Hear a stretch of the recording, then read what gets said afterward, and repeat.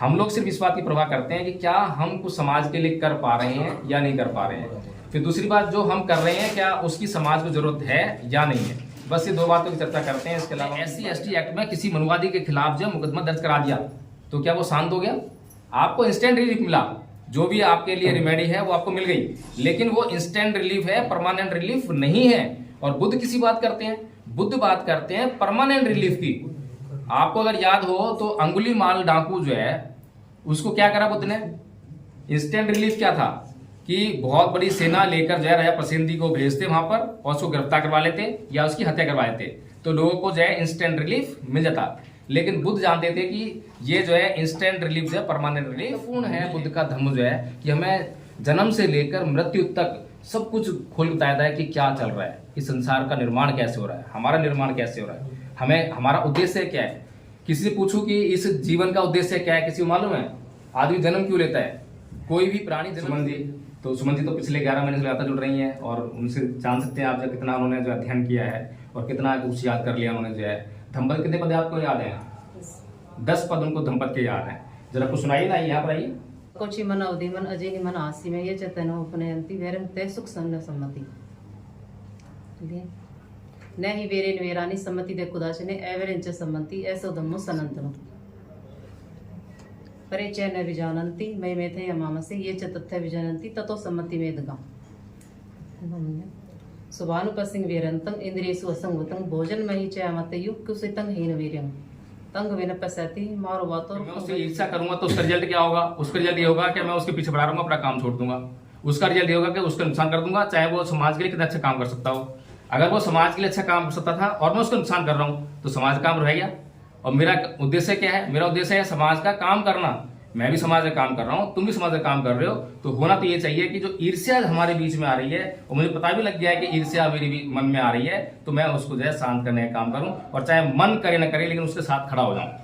अगर इतना भर कर लें हम लोग जो है तो मैं ये समझता हूं कि इकट्ठे होकर वो सत्ता भी हासिल कर लेंगे और संविधान भी बच जाएगा। लोग अभी कुंठित मानसिकता के शिकार जो है यहाँ पर वीडियो देखेंगे तो उस पर कमेंट लिखेंगे 5 मोमबत्ती होनी चाहिए, पंचशील का प्रतीक है, 8 मोमबत्ती होनी चाहिए, अष्टक प्रतीक है, बाबा साहेब पे जो है फूल माला चढ़ाई है, यहाँ फूल लगाने चाहिए, ऐसा करना चाहिए।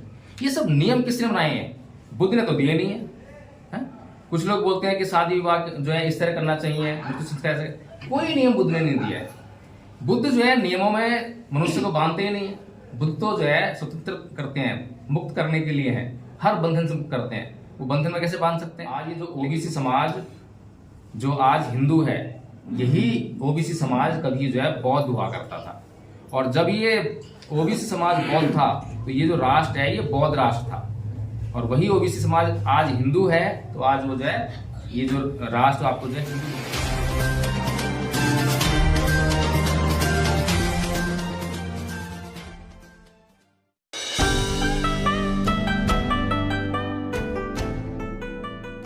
बहुत अच्छा वक्ता नहीं हूँ, बहुत खराब वक्ता हूँ, लेकिन चर्चा करना जानता हूँ बस, और चर्चा ही करेंगे। आज संविधान दिवस मना रहे हैं और संविधान दिवस मनाने की हमें खुशी हो रही है। खुशी इसलिए हो रही है क्योंकि संविधान हमारे अपने आदमी, हमारे अपने समाज के आदमी, हमारे अपनी जाति के आदमी, उसके द्वारा लिखा गया और इसलिए हम जो है संविधान दिवस मना रहे हैं। तो दुनिया में तमाम देशों में संविधान लिखे गए हैं, लेकिन इस तरह का सेलिब्रेशन शायद होता हो। यहाँ पर इसलिए होता है क्योंकि हम लोगों को जो है प्रताड़ित किया गया, दबाया गया, शोषण किया गया, अत्याचार किया गया और उस शोषित समाज में से निकलकर किसी ने जो है मसीहा के रूप में काम किया और संविधान लिखकर हमें दिया और हमारे जितने भी जो कष्ट थे उन सब का निवारण जो संविधान में दे दिया। तो इसलिए ये जो सेलिब्रेशन है तो बनता है। लेकिन एक अहम मुद्दा और भी है कि 26 नवंबर 1949 को ये जो संविधान बनकर तैयार हुआ और संविधान सभा को सौंप दिया गया, लेकिन लागू जो है 26 जनवरी 1950 को हुआ।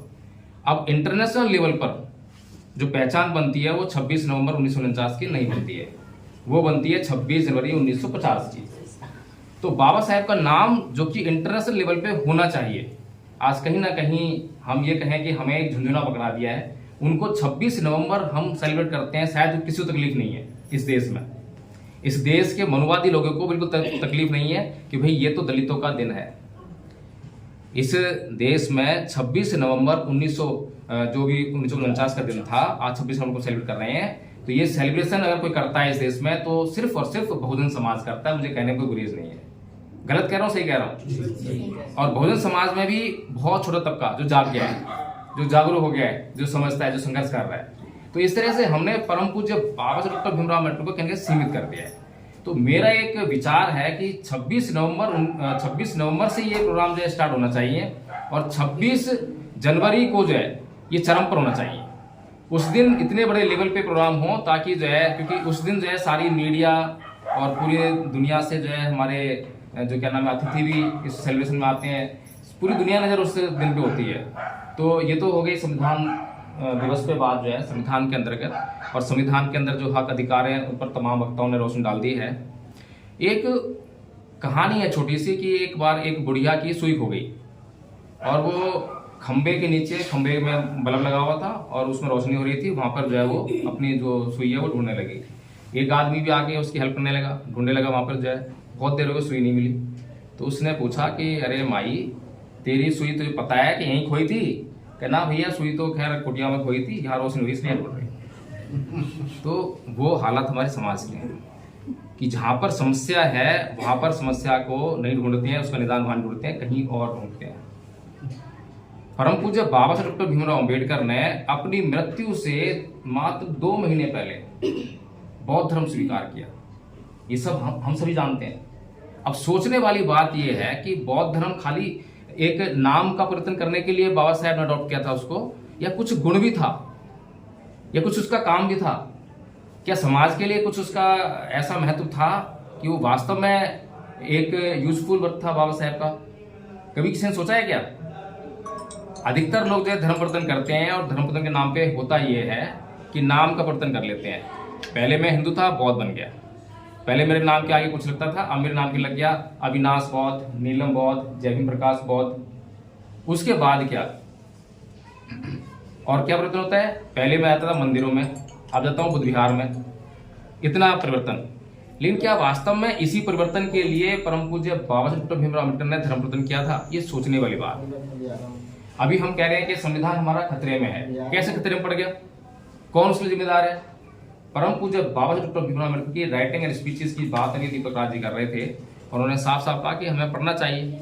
पढ़ेंगे तो पता लगेगा कि परम पूज्य बाबा साहब डॉक्टर भीमराव अम्बेडकर ने कितना रिसर्च किया है। हमारी कोई भी ऐसी समस्या नहीं है जिस पर उन्होंने जो है काम न किया हो, जिस पर उन्होंने कुछ कंक्लूजन निकालकर हमें न दिया हो, जिस पर उन्होंने रास्ता हमें न दिया हो। ऐसा मुझे बता दें, कोई भी प्रश्न चिन्ह लगा बता दें कि ये प्रश्न है जिसका जवाब बाबा साहब ने नहीं दिया। बताइए कोई भी यहाँ बैठे हुए आप लोगों में से कि कोई भी ऐसा प्रश्न उठाइए जिसका जवाब बाबा साहब ने ना दिया हो।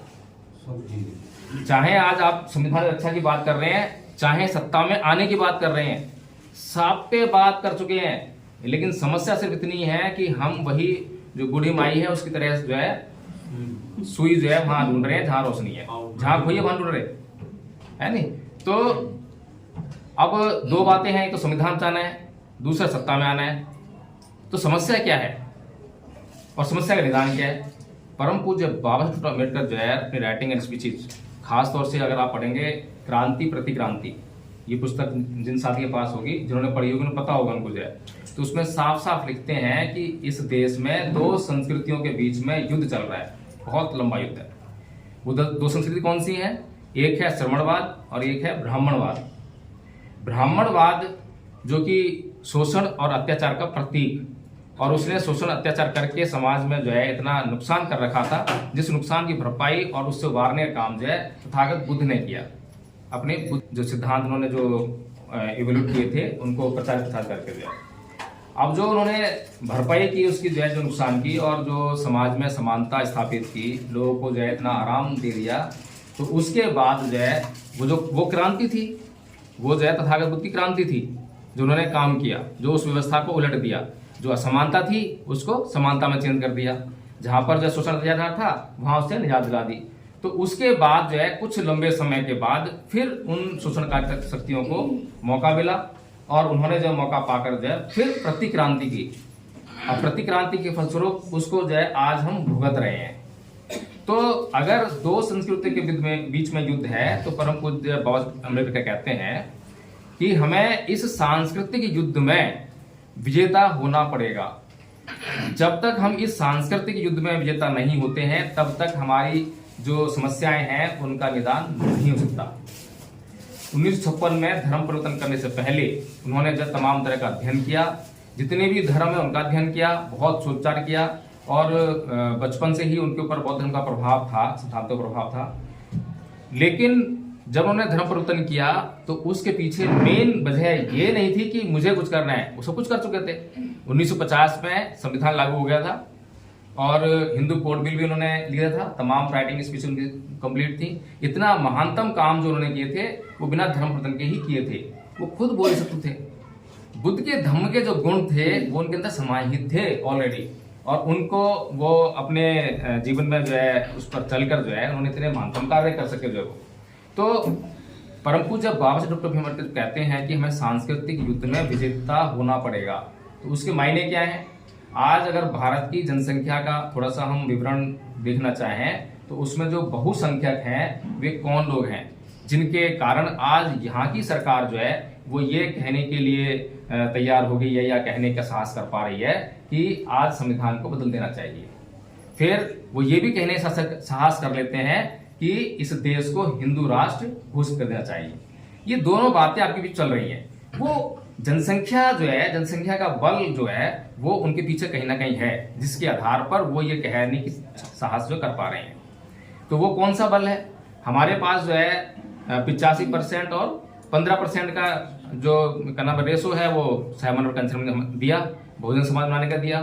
तो उसमें जो है अभी जो 85% है इसमें कौन कौन शामिल है? SC, ST, OBC और माइनॉरिटीज। और बहुत बड़ा जो समाज है वो OBC समाज है।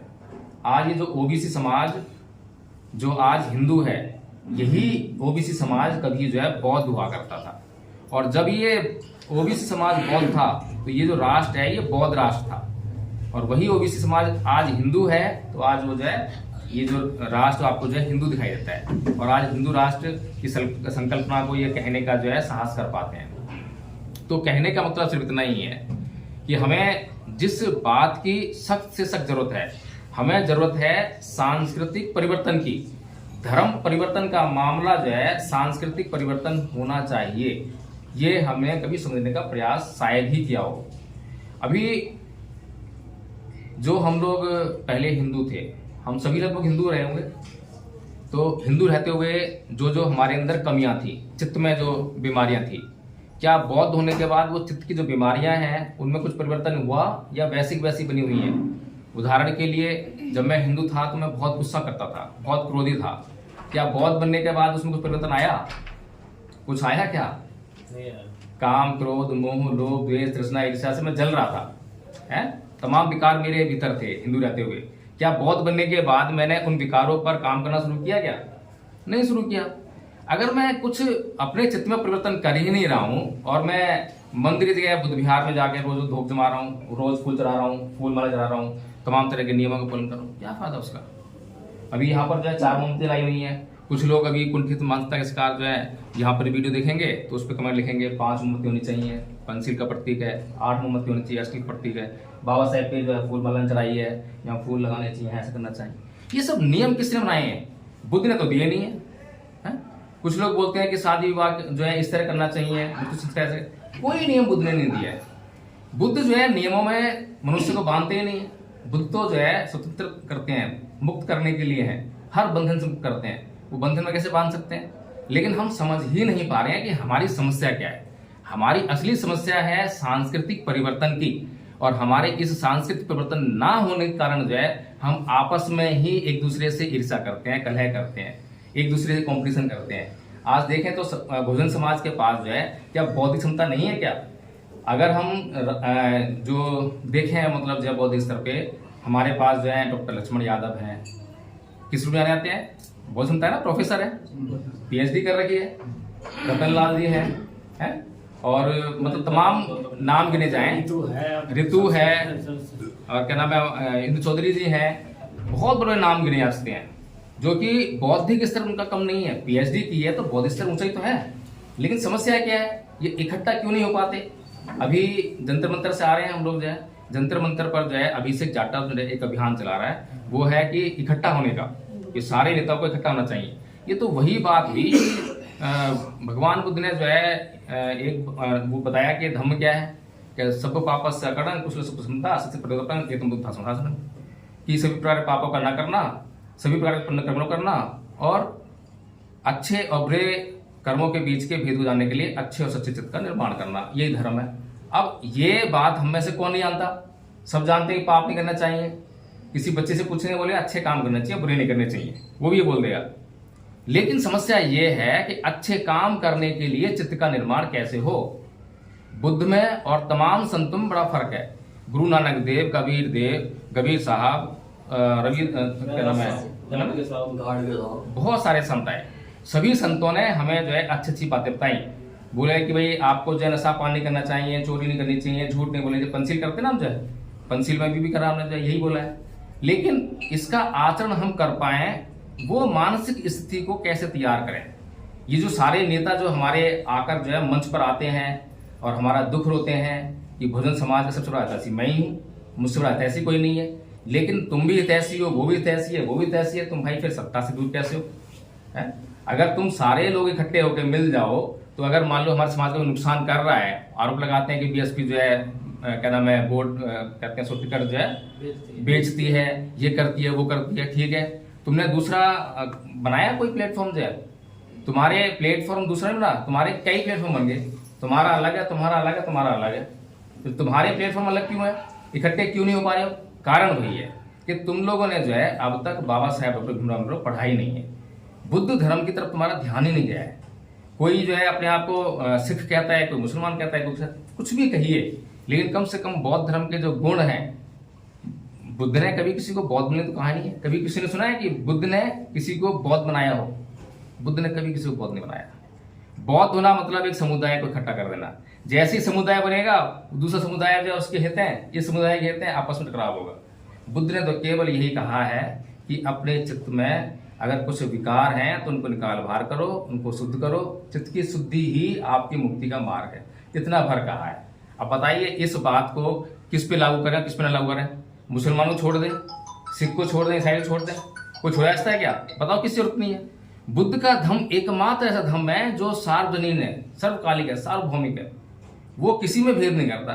तो अब हमारे समाज के जो नेतृत्व करने वाले लोग हैं, जो मंच माइक लेकर जो है बड़े बड़े भाषण देने वाले लोग हैं, क्या उनको ये बात समझ आती है? क्या जब उनके भीतर दूसरे नेता के प्रति ईर्ष्या होती होगी? अब हम यहाँ बैठे हुए हैं, हमारे भीतर भी कभी भी जब जो है ये जो विकार होते हैं, काम, क्रोध, मोह, लोभ, द्वेष, तो कभी भी पैदा होती होगी, तो हमें क्या पता नहीं लगता क्या कि मुझे अब इससे ईर्ष्या हो रही है? मालूम पड़ता नहीं पड़ता? जब मुझे ईर्ष्या हो रही है, मुझे मालूम पड़ गया, तब तो मैं उस पर काम कर लूँ कि मैं उससे ईर्ष्या करूंगा तो उसका रिजल्ट क्या होगा? उसका रिजल्ट ये होगा कि मैं उसके पीछे बढ़ा रहूंगा, अपना काम छोड़ दूंगा। उसका रिजल्ट ये होगा कि उसका नुकसान कर दूंगा, चाहे वो समाज के लिए कितना अच्छा काम कर सकता हो। अगर वो समाज के लिए अच्छा काम कर सकता था और मैं उसका नुकसान कर रहा हूँ, तो समाज का काम रह गया। और मेरा उद्देश्य क्या है? मेरा उद्देश्य है समाज का काम करना। मैं भी समाज का काम कर रहा हूँ, तुम भी समाज का काम कर रहे हो, तो होना तो ये चाहिए कि जो ईर्ष्या हमारे बीच में आ रही है, और मुझे पता भी लग गया है कि ईर्ष्या मेरे भी मन में आ रही है, तो मैं उसको जो है शांत करने का काम करूँ, और चाहे मन करे ना करे, लेकिन उसके साथ खड़ा हो जाऊँ। अगर इतना भर कर लें हम लोग जो है, तो मैं ये समझता हूं कि इकट्ठे होकर वो सत्ता भी हासिल कर लेंगे और संविधान भी बच जाएगा। संविधान बचाना इतना आसान था, लेकिन आज हमने संविधान बचाना इतना मुश्किल कर दिया है कि 18 अप्रैल का जो आंदोलन, 18 का उसका 2 अप्रैल का 2 अप्रैल का जो आंदोलन हमें करना पड़ा, रोड को उतर कर, इतनी हिंसा हमें करनी पड़ी, इतनी हिंसा हमें झेलनी पड़ी, वो सब जो है हमारी क्या कहते हैं उसको जो है कि नहीं, हमारी जो है बदअकली के कारण हुआ कि हमने जो थोड़ा दिमाग लगाया नहीं। बाबा साहब डॉक्टर भीमराव अम्बेडकर ने संविधान के माध्यम से, चाहे कोई आदमी अनपढ़ है चाहे पढ़ा लिखा है, सबको जो है प्राइम मिनिस्टर बनने का अधिकार दिया है सबको जो है। लेकिन हमने उस वोट का अधिकार जो है उसका इस्तेमाल करने की भी सोची नहीं कि हम कैसे करें और कैसे करवाएं समाज से जो है, इस पर कोई फोकस नहीं है। अभी एक चीज देखें कि हमारे समाज का जो पढ़ा लिखा वर्ग है, जिसने नौकरी प्राप्त कर ली है, कोई IAS है, कोई IPS है, बड़े बड़े अधिकारी जो है, उनकी टेंडेंसी क्या चलती है कि पूरी जिंदगी जो है मैं नौकरी करूं, उसकी नौकरी के पूरे मजे लिया, उस पर रिटायरमेंट होने के बाद जो मैं समाज में निकलूं, फिर जो है MLA MP बनने का लिए मैं चुनाव लड़ूं। ये टेंडेंसी, बहुत से लोग तो पार्टी बना के काम करते हैं। होना क्या चाहिए? होना ये चाहिए कि ये बुद्धिजीवी वर्ग है, इस बुद्धिजीवी वर्ग को जो है, इस जो समाज में जो क्या नाम है बेरोजगार युवा हैं जो अपनी जो शक्ति को जो है वैसे ही वेस्ट कर रहे हैं, उनको इकट्ठा करके, उनको ट्रेंड करके उनको नेता बनाए। अगर उनको नेता बनाने का काम करे और उनको चुनाव लड़वाए तो उससे शक्ति पैदा होगी। भाई एमएलए एमपी तुम बनो लोकसभा में, और क्या नाम है विधानसभा में तुम लोग जाओ, तुम्हें चुनाव लड़ाएंगे, तुम्हें पैसा लगाएंगे तुम्हारे पीछे, और तुम्हें जो हमारी सारी जितनी भी हमारी कैपेबिलिटी है सब तुम्हारे पीछे लगाएंगे। जब कोई भी विधानसभा में आप एमएलए जिताकर भेजते हो तो वहां पर जो है आपको एक ताकत मिलती है। केजरीवाल ने यहाँ पर सरकार बनाई दिल्ली में, तो 2 राज्यसभा में एमपी भेजने की ताकत मिली, उसको मिली ना, डायरेक्ट भर्ती थी वो जो है। वो कोई चुनाव लड़के तो नहीं गए, वो चुनाव लड़के नहीं गए ना। तो ऐसी शक्ति जो है, जब भी आप विधायक बनाओगे, जब भी आप लोकसभा में लोगों को जिताकर भेजोगे तो आपको ही वो शक्ति मिलेगी। तब वहां पर बुद्धिजीवी वर्ग का काम है, विधान परिषद में काम है, राज्यसभा में काम है, यहाँ पर बुद्धिजीवी वर्ग का काम है। तो यही बुद्धिजीवी वर्ग थोड़ा सा अगर पेशेंस रखे और यही जो मैं बात कर रहा हूँ बुद्ध के धर्म को मानने की, अच्छी तरह से मानने की, इस पर चलने की, अगर ये काम कर ले, अपने भीतर से कॉम्पिटिशन निकाल दे, ईर्ष्या निकाल दे, जलन निकाल दे, और आपस में जो है इकट्ठा होने के लिए संघ का निर्माण कर ले, संघ के नियम तय कर ले, संघ के काम तय कर ले, तो यही जो बुद्धिजीवी वर्ग है बहुत बड़े पैमाने पर जो है जब समाज को जोड़ने का काम करे और समाज का फिर विश्वास आएगा। आज समाज में ये प्लेटफॉर्म लेके जा रहा है, कोई ये पार्टी लेके जा रहा है, अब समाज क्या करे? किसी को चंद्रशेखर लग रहा है अच्छा, किसी को मायावती से लग रही है, किसी को रतनलाल, किसी को लक्ष्मण यादव। अब किसको वोट करे समाज? और सबको अगर मान लो बांट दें वोटों को जो है, तो समाज क्या जीत पाएगा? क्या 85% बन पाएगा? क्या बहुजन समाज बन पाएगा? हम लोगों के पास जो है इतनी बड़ी ताकत है, इतनी बड़ी शक्ति है। काय की शक्ति है? बाबा साहेब संविधान शक्ति है। काय की शक्ति है? बुद्ध के धम्म की शक्ति है? हमारा चित्त जो शुद्ध होना चाहिए, लेकिन हमारा ही चित्त जो है विकृत है। जबकि जिसको हम दुश्मन कह रहे हैं वो अपने चित्त को हमेशा जो शुद्ध रखता है। आप आरएसएस को देखिए, आरएसएस पहले क्या काम करती है? जो भी उसके अंदर आते हैं, भर्ती लेते हैं, 3 साल का कोर्स मेरे ख्याल से उनका होता है, प्रथम वर्ष का, द्वितीय वर्ष का, तृतीय वर्ष का, 3 वर्ष की ट्रेनिंग देते हैं। और क्या सिखाते हैं उसमें कि सबसे पहले इसको जो मंच माइक की जो प्रलोभन होता है वो इसके अंदर निकालना है, ये जो साधारण कार्यकर्ता बनाना है। बड़े से बड़े नेता होगा, बड़ा करोड़पति होगा, जो भी आएगा पहले उसको जो है साधारण बनाना है। साधारण बनना जब सीख जाएगा तब वो अच्छा बोलना और अच्छा काम करना सीख जाएगा, डेडिकेट हो जाएगा समाज के प्रति। जब डेडिकेट हो जाएगा और उसको उद्देश्य पता लग जाएगा तो फिर वो पीछे मुड़कर नहीं देखेगा। तो हम लोग, मैं ये समझता हूँ कि हम लोगों को जो है, जो हमारे आदरणीय नेतागण हैं, उनको ये सब बातें समझाने का काम करने का मौका मिले। लेकिन हम लोग जो है, क्योंकि इतना हमारे पास औधा नहीं है कि हम लोग उनसे बातचीत कर पाएँ, उनको ये सब समझा पाएँ। हमारी इतनी औकात नहीं कि हम मायावती को समझा पाएँ, है क्या हमारी कोई? हम उनसे बात नहीं कर सकते। तो हम क्या करें? तो हम लोगों ने जो है अपना एक धम्मपथ ट्रस्ट शुरू किया। पिछले 11 महीने में जो है हमने बहुत से लोगों को ट्रेन करने का प्रयास किया, और जो लोग कभी कुछ बोलना भी नहीं जानते थे ढंग से जो है, तो उन्होंने जो है पाली में बहुत सारा लिटरेचर याद किया। और संस्कार जो है, हम चाहते हैं कि जो संस्कार जो है हमारे घर में, बर्थडे हम मनाते ही बच्चों का, विवाह संस्कार होते ही हैं, गृह प्रवेश संस्कार भी होते ही है, तमाम वो संस्कार होते ही हैं। लेकिन कई बार क्या होता है कि हमें या तो सुविधा नहीं मिल पाती है या लोग नहीं मिल पाते हैं, तो उसकी वजह से जो है हम उन्हीं संस्कारों को अडॉप्ट कर लेते हैं जो अब तक करते आए हैं। उदाहरण के लिए बर्थडे हम सेलिब्रेट करते हैं, तो बर्थडे हम कैसे मनाते हैं? वही केक और वही मोमबत्ती, और मोमबत्ती हम बुझा देते हैं। बुद्ध कहते हैं कि दीपक जलाओ, और हम दीपक को बुझा रहे हैं, उल्टा काम कर रहे हैं। तो अगर हम थोड़ा सा हम समझ जाएं कि बच्चे का जो बर्थडे है उसको कैसे सेलिब्रेट करना है, इसका थोड़ा सा छोटा संस्कार है, उसको सीख जाएं, तो उसी संस्कार से हम अपने बच्चों का भी सेलिब्रेशन करेंगे। और जब हम बच्चों का बर्थडे मनाएंगे तो हमारे रिश्तेदार आएंगे, अड़ोसी पड़ोसी आएंगे, जो भी जानकार लोग वो आएंगे, और उसमें एक छोटा सा देशना का प्रोग्राम रख दें। हम खुद ही रख लें, हम खुद ही करें देशना जो है। जरूरत नहीं है किसी को, अगर कोई बौद्धिक भिक्षु अवेलेबल है तो उसको बुला लें, नहीं तो हम खुद देशना करें, बताएं लोगों को कि बुद्ध के धम्म की क्या ताकत है, बुद्ध का धम्म क्यों जरूरी है, और बुद्ध के धम्म के बिना जो है कितना अनिष्ट हो रहा है इस देश में जो है। तो अगर हम इतना प्रोग्राम करने लग जाएं तो मैं समझता हूँ बुद्ध का धम्म धीरे धीरे जो है प्रचार प्रसार होने लग जाएगा।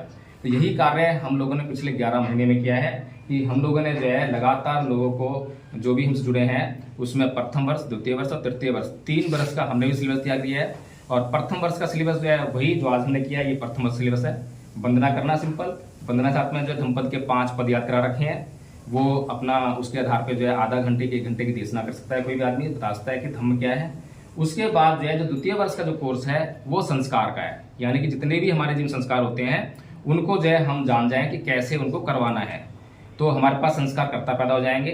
फिर तीसरे वर्ष का जो कोर्स है उसमें जो है बुद्ध के धम्म के जो गूढ़ तत्व हैं, जो सिद्धांत हैं, उनकी जानकारी हासिल करना, उनका अध्ययन करना। ये इस तरह से 3 वर्ष का जो हमने कोर्स जो है तैयार किया है। तो इसीलिए जो है अभी हमारे बीच में जो है 2 साथी आप हैं, सोनू जी हैं, और आप हैं सुमन जी।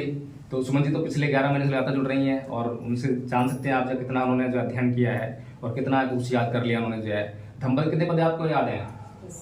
10 पद उनको धम्पद के याद है। जरा कुछ सुनाइए ना, यहाँ पर आइए।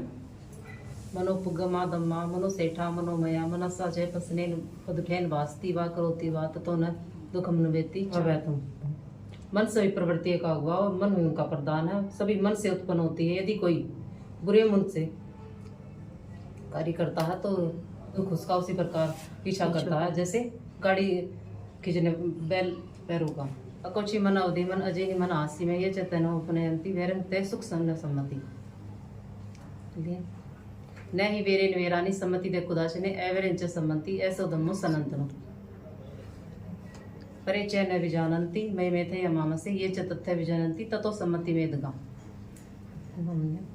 सुभानुपसिंग वीरंतं इंद्रियसु असंगतं भोजन मही च अमतयु कुसितं हीन वीर्यं तंग विन पसति मारो वातो खंग वे दुबलंग। अगली 10वीं है असुभानु असुभानुपसिंग वीरंतं इंद्रियसु सुसंगतं भोजन मही च अमतयु सद्दंग आर्दयं तंग वे पसति न पसति मारो वातो सैलंग पवतं। जी ऐसे हमारे पास जो है लगभग कितने लोग हैं दीपक जी मीटिंग में? लगभग 11 लोग हैं जो जानते हैं। 11 लोग ऐसे हैं जो ये धम्पद की 10, किसी ने 12, किसी ने 15 जय मंगल अटका था और उसमें खमाई याचना, सील याचना, ये सब सीख चुके हैं, मुझे करा चुके हैं। थोड़ी सी क्योंकि यहाँ पे आकर बोलना बड़ा हेजिटेशन होती है तो उसका देखने को फर्क है। तो ये जो जैसे कि पहले पद में बोला कि मनोपुगंगमा धम्मा मनोसेठा मनोमया मन सत्य पदुठेन वासुदेवा करोतिवा तो नंग दुख मन व्यक्ति चक्कंग वैतो पदन कि मन ही सभी प्रवृत्तियों का अगुवा है।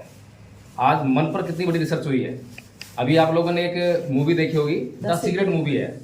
मैंने देखी तो मैं बड़ा आश्चर्यचकित रह गया। मैं कहा ये इतना बड़ा ज्ञान मतलब जो है कि लॉ ऑफ अट्रैक्शन की एक दूसरे को आकर्षित करती हैं, कैसे आकर्षित करती हैं, उसको जब हमने प्रैक्टिकल करके देखा तो वास्तव में ऐसा होता है। लेकिन यही ज्ञान जिसको इंस्ट्रूमेंट, तमाम इक्विपमेंट्स के द्वारा जो है तमाम वैज्ञानिक और डॉक्टर मिलकर जो है ये खोज कर रहे हैं कि एक दूसरे को चीज आकर्षित कर रही हैं और मन से ही सब कुछ चलता है। तो यही चीज आज से 2600 साल पहले तथागत बुद्ध ने ये पहली गाथा में कहा है, धम्पद गाथा में।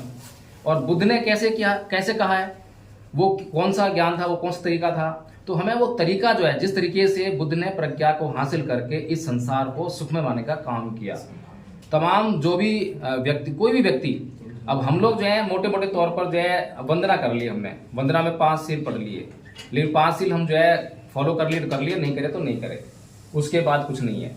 बहुत अधिकतर लोग जो है अष्टांगिक मार्ग भी नहीं जानते होंगे कि अष्टांगिक मार्ग क्या होता है। अष्टांगिक मार्ग जानते हो तो उसको फॉलो अप कैसे करते हैं, काम कैसे करता है, बुद्ध के और कौन से सिद्धांत, कितना महत्वपूर्ण है बुद्ध का धर्म जो है कि हमें जन्म से लेकर मृत्यु तक सब कुछ खोल बताया है कि क्या चल रहा है, इस संसार का निर्माण कैसे हो रहा है, हमारा निर्माण कैसे हो रहा है, हमें हमारा उद्देश्य क्या है।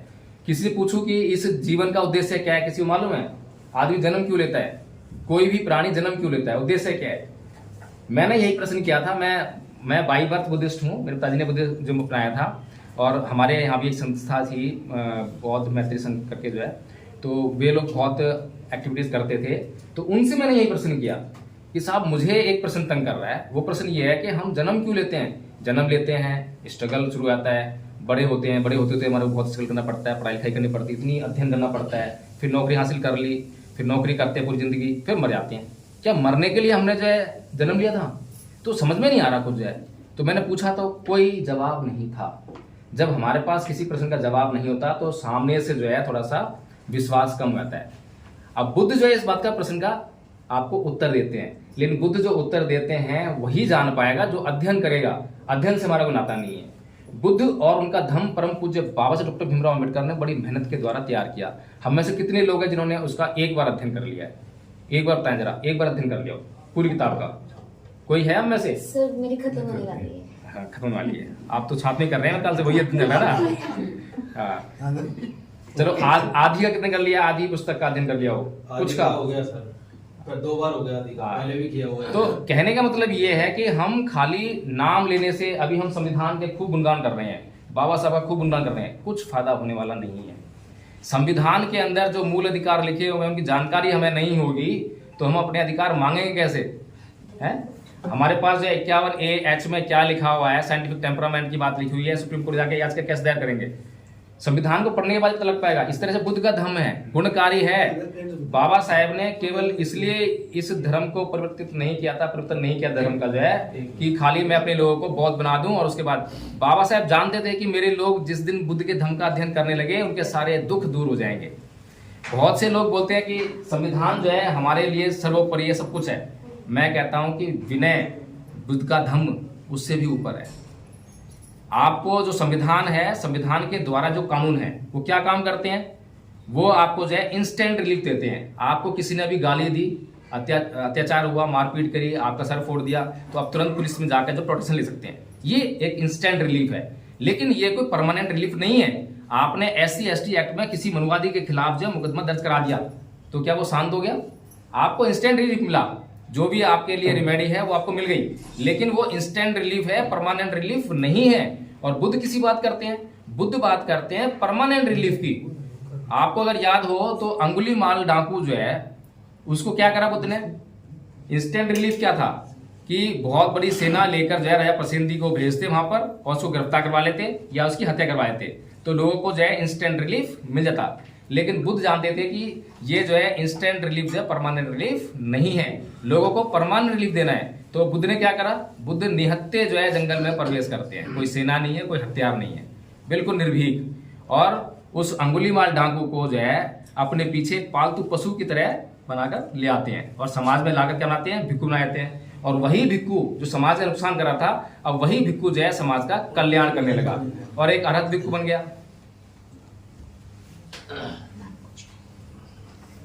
तो बस शॉर्ट में कहने का मतलब यही है कि हम लोग जो है बिना इस बात की परवाह किए कि हम लोगों का जो धम्मपथ ट्रस्ट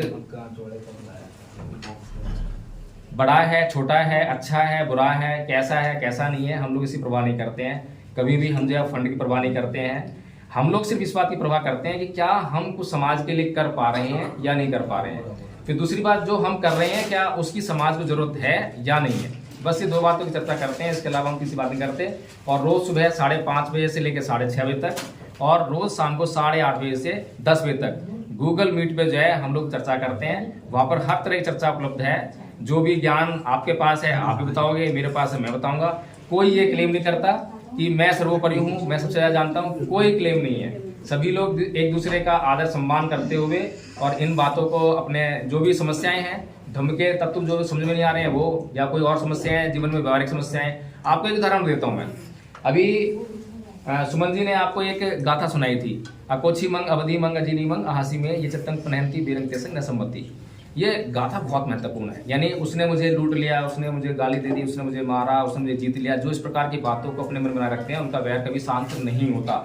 अब यही गाथा जो है, मेरे साथी थे तो हम लोग पार्क जाया करते थे सुबह सुबह, और पार्क जाते थे तो यही गाथा उनको मैं जो है रटा रहा था, ऐसे याद करा रहा था और अर्थ भी याद करा रहे थे हमको जो है, तो उनको याद भी हो गया अच्छी तरह से। एक दिन जो है मेरे पास फोन आया उनके घर से, उनकी मैडम का, और वो दिल्ली पुलिस में जॉब करते हैं, मेल जो है। तो उनका फोन आया मैडम का कि है ना हमारे घर में झगड़ा हो गया हम दोनों के बीच में और पिछले 3 दिन से हमारे बीच में बोलचाल नहीं है। मैं ठीक है जी, तो प्रकाश जी आप जो जल्दी घर आ जाओ। हम पहुंचे घर पे जो है, जैसे हम पहुंचे तो उसी वक्त वो ड्यूटी से आए थे साहब जो है, तो पानी लेकर आई मैडम जो उनके लिए, और जैसे उन्होंने पानी आगे किया पीने के लिए तो उनको बोलते हैं कि अगर ये लोग यहाँ पे घर ना आए होते, घर पे ना होते, तो ये पानी का गिलास तेरे मुंह पे दे के मारता मैं। फिर मैंने जो है उनसे सिर्फ छोटी सी बात पूछी कि आप मुझे ये बताइए कि हम रोज सुबह जो है पार्क में एक गाथा याद करते हैं, उस गाथा का मतलब क्या है। मैंने कुछ नहीं बोला, बस इतना ही बोला, यही वाली गाथा थी, इसका मतलब पूछा खाली, तो वो मुस्कुरा दिए और मुस्कुराकर उसी टाइम जो है सारा गुस्सा छूट गया। अब गुस्सा किस लिए आ रहा था? क्योंकि आदमी बेहोशी में जी रहा था, पता ही नहीं है गुस्सा क्यों कर रहा है, पता ही नहीं क्या कर रहा है, क्या हो रहा है। हमारे जीवन में इतना कुछ हो रहा है हमें पता ही नहीं है। हम विपස්සना करते हैं। विपස්සना में यही सब सीखने का काम करते हैं कि हम अपने जीवन में जागरूक रह के अपने जीवन को जी सकें और जितने भी चित्त में विकार हैं उनको समझ सकें, जान सकें और उनको दूर करने का धीरे धीरे प्रयास करें। बस एक ये प्रयास है। तो इन्हीं सब बातों के साथ में अपनी बात समाप्त करता हूँ।